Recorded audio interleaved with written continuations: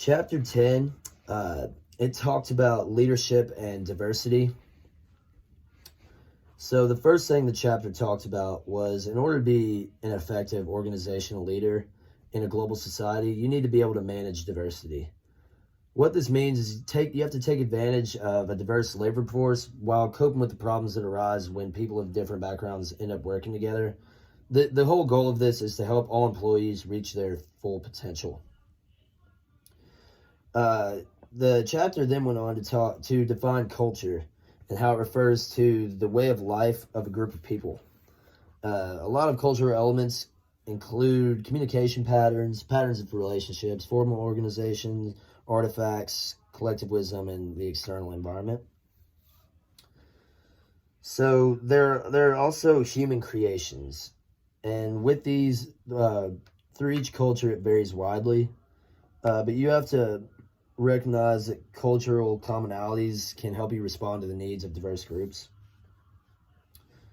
Next, the chapter talked about high context cultures and how the members within this, they prefer indirect or covert messages, and they determine the meaning of this based largely on the context or the setting.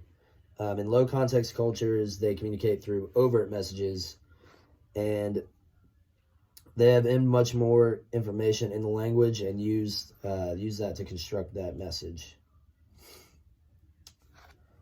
After this, the chapter talked about a man named Hofstede and how he identified 5 values dimensions to analyze cultures. The first one was power distance. This is how a society deals with inequities. The next was individual collectivism, then masculinity and femininity. Then after that, it went to talk about, or the next one was uncertainty avoidance, then long-term, short-term orientation, and that was it. These 5 values are used to basically look at a culture from an outside perspective and be able to analyze that culture.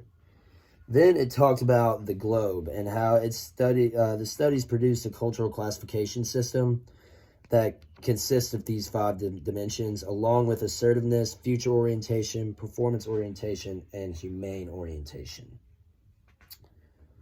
After this, the chapter talked about cultural intelligence and how it's the ability to perform effectively in cross-cultural settings.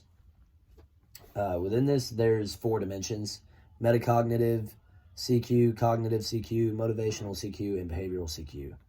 You develop your CQ through both long-term and short-term overseas experiences. After that, the chapter talks about successful leaders. These successful leaders, they can recognize and respond to cultural differences by adapting their behaviors to meet those cultural expectations. What they also do is they strive for cultural synergy. Within cultural synergy, basically the decision makers draw on the diversity of the group and cultural awareness to produce and implement a better than expected solution. The benefits of fostering diversity include cost savings, improved resource acquisition and utilization, greater market share, better decision making, high creativity, and enhanced organizational performance. Then it talks about how there are obstacles at the personal, group, and institutional levels. A lot of times individuals engage in prejudice, discrimination, and stereotyping. So you must be able to deal with that within your organization. And while women are more represented proportionally at lower levels of leadership, there's a barrier to women's advancements too.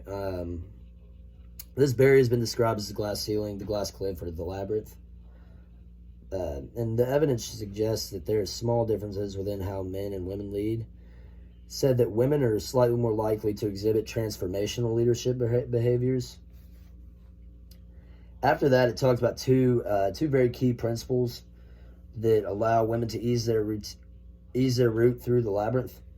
First, they need to blend agency with communion, and then after that, it's critical for them to build their social capital.